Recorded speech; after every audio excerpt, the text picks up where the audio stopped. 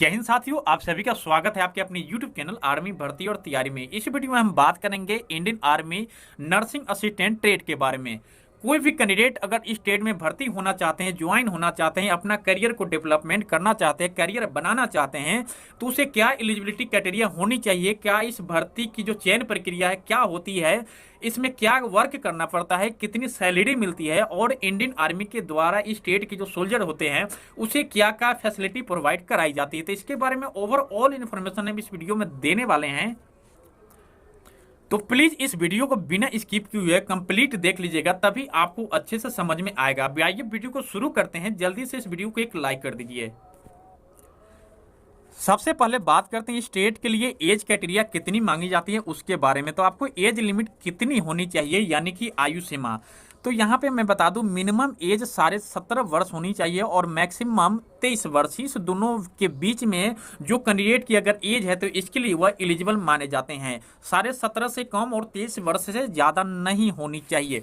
चलिए अब इसकी शैक्षणिक योग्यता की बात करें, यानी कि एजुकेशन क्वालिफिकेशन की, तो कैंडिडेट को यहाँ पे नर्सिंग असिस्टेंट के टेट पे में जाने के लिए आपको 10th+2 पास होना अनिवार्य है, वो भी बायोलॉजी से। मैथ नहीं होना चाहिए। बायो से अगर आप कंप्लीट कर चुके हैं 10th+2 और हर एक सब्जेक्ट में आपका 40% मार्क्स है और ओवरऑल एग्रीगेट की बात करें तो 50% मार्क्स है, तो इसके लिए आप एलिजिबल है। या फिर आप अगर ये चीज़ नहीं है तो आप अगर बुटोनी या फिर जूलॉजी है तो उस पर भी आप ट्राई कर सकते हैं। अगर ये भी नहीं है तो आप अगर बीएससी हैं, यानी कि बीएससी अगर कर चुके हैं, बीएससी आपको अगर बायोलॉजी से कर चुके हैं, मैथ से वो भी नहीं होने चाहिए, बायोलॉजी से आप अगर ग्रेजुएशन कर चुके हैं, तो यहाँ पे जो भी प्राप्तांक होता है, जो भी परसेंटेज होता है, वह यहाँ पे शर्त खत्म हो जाती है। ओनली फॉर पास है तो आप इसके लिए एलिजिबल माने जाते हैं और इसमें आप आसानी से जा सकते हैं। चलिए नेक्स्ट स्टेप की तरफ बढ़ते हैं।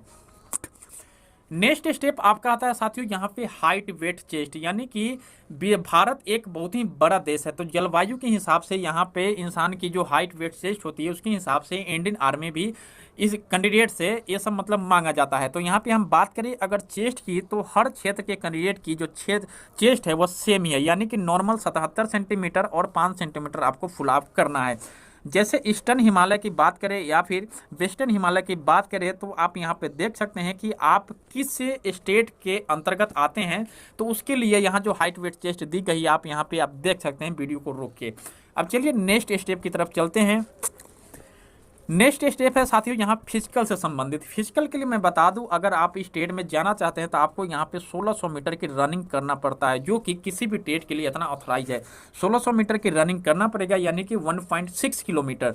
तो ग्रुप 1 और ग्रुप 2 निर्धारित किया गया है। ग्रुप 1 के लिए आपको 5.5 मिनट की टाइमिंग दिया जाता है, जबकि ग्रुप 2 के लिए 5 मिनट 31 सेकेंड से 5 मिनट 45 सेकेंड तक टाइम दिया जाता है, जिसके लिए कि 60 मार्क्स और 48 मार्क्स दी जाती है। वही बीम पुलअप्स की बात करें तो आप यहाँ पे अगर 6 से लेके आप अगर 10 के बीच के अंतर्गत आप लगा देते हैं तो आप यहाँ पे क्वालिफाई कर जाते हैं। साथ ही साथ आपको 9 फीट डिच और जिग जाग बॉडी का बैलेंस आपको क्वालिफाई करना पड़ेगा। अब साथियों ये जो फिजिकल क्राइटेरिया था, यहाँ पे आपको किसी भी प्रकार का कोई आपको वो इसमें जो मेरिट होती है यहाँ का अंक उसमें आपको ऐड नहीं किया जाएगा। ओनली फॉर ईयर रिटन पर ही मेरिट बनती है। अब आइए बात करते हैं इसमें फिजिकल स्टैंडर्ड्स में अगर बात करें तो हाइट वेट चेस्ट में किस कैंडिडेट को छूट मिलती है। तो सबसे पहले बात करते हैं रिलेशन वो होते हैं जिनके पेरेंट्स अगर फौज में है, नौकरी कर रहे हैं या फिर कर चुके हैं, तो उनको यहाँ पे हाइट में 2 सेंटीमीटर का छूट देखने का यहाँ पे मौका मिलता है, वेट में 2 kg का छूट मिलता है और चेस्ट में 1 सेंटीमीटर का छूट मिलता है। अब वही आप अगर स्पोर्ट्स पर्सन है तो 2 सेंटीमीटर आपको हाइट में छूट मिलेगा, 5 kg वजन में और 3 सेंटीमीटर आपको यहाँ पे चेस्ट में छूट देखने को मिलेगी। मैं बता दूं साथियों, आप अगर रनिंग आप कर रहे हैं लेकिन ग्रो नहीं कर पा रहा है तो नीचे जाइए, डिस्क्रिप्शन में वहाँ के लिंक दिया हुआ है, वहाँ से आप देख के जो वीडियो है काफ़ी उसमें इंपॉर्टेंट जानकारी दी गई है कि आप कैसे अपने रनिंग को ग्रो कर सकते हैं, तो उस वीडियो को जरूर देख लीजिएगा। चलिए नेक्स्ट स्टेप पर बढ़ते हैं। फिजिकल कंप्लीट हो जाने के बाद आपका जो नेक्स्ट स्टेप आता है वो होता है मेडिकल। मेडिकल के लिए यहाँ पे अगर बात करूँ तो आपका जो इंडियन आर्मी की जो मेडिकल पॉलिसी होती है उसके अकॉर्डिंग आपका मेडिकल की जाती है, यानी कि बॉडी पार्ट्स को पूरे अंग को चेक किया जाता है और यह मेडिकल आपको इंडियन आर्मी के डॉक्टर के द्वारा किया जाता है।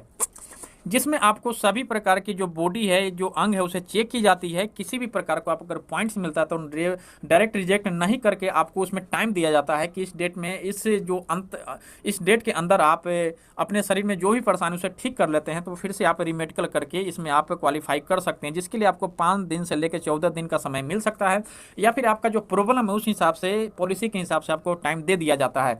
उसके बाद एक नियरेस्ट एमएच में जाकर आपको रीमेडिकल कराना पड़ता है। वहाँ सिलेक्शन लेने के बाद आप एग्जाम में बैठ सकते हैं। अब बात करते हैं जो कैंडिडेट अगर उसी दिन मेडिकल क्वालिफाई कर जाते हैं, उनको उसी दिन एडमिट कार्ड दे दिया जाता है रिटन एग्जाम में बैठने का।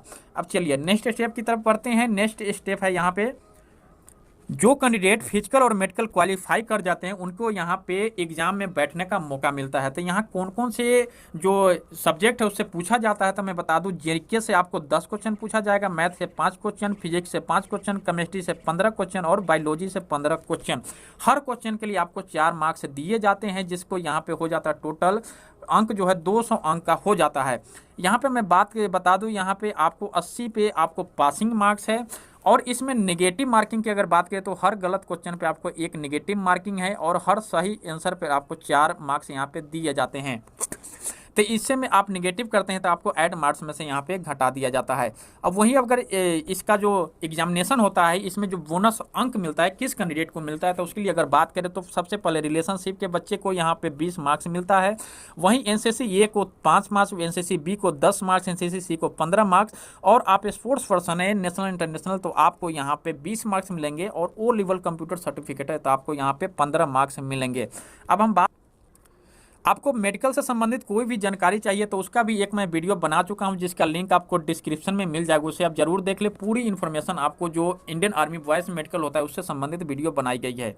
अब बात करते हैं कि इस ट्रेड में अगर आप सिलेक्शन हो जाते हैं तो आपको क्या क्या काम करना पड़ सकता है उसके बारे में। तो जैसा कि आप सभी को पता ही, यह एक नर्सिंग असिस्टेंट का ट्रेड है, जिसमें आप एक सोल्जर के तौर पे काम करते हैं। तो आपको यहाँ पे जो डॉक्टर होते हैं उसकी आपको सहायता करना पड़ता है, या फिर डॉक्टर अगर नहीं है तो जो भी पेशेंट आते हैं, जो इमरजेंसी होता है, तो उसे कुछ तत्काल सेवा आपको करना पड़ता है। चलिए अब सैलरी की बात करें तो यहाँ पे आपको 30,000 के प्लस यहाँ पे सैलरी देखने को मिलती है, जो कि काफ़ी अच्छा खासा यहाँ पे सैलरी है, पर मंथ की बात कर रहा हूँ।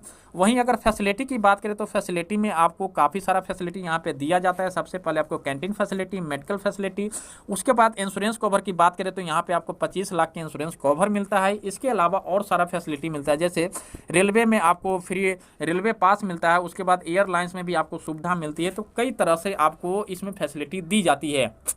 तो ओवरऑल मैं अगर बात करूं तो ये काफ़ी अच्छी जानकारी थी, जो कि मैंने अभी नर्सिंग असिस्टेंट ट्रेड के बारे में, अगर इसके बारे में अभी हमने जानकारी दी। इससे संबंधित आपका कोई भी डाउट है तो आप मुझे कमेंट कर सकते हैं, या फिर अदर कोई सस्पिशन है तो उसके लिए भी मुझे कमेंट कर सकते हैं।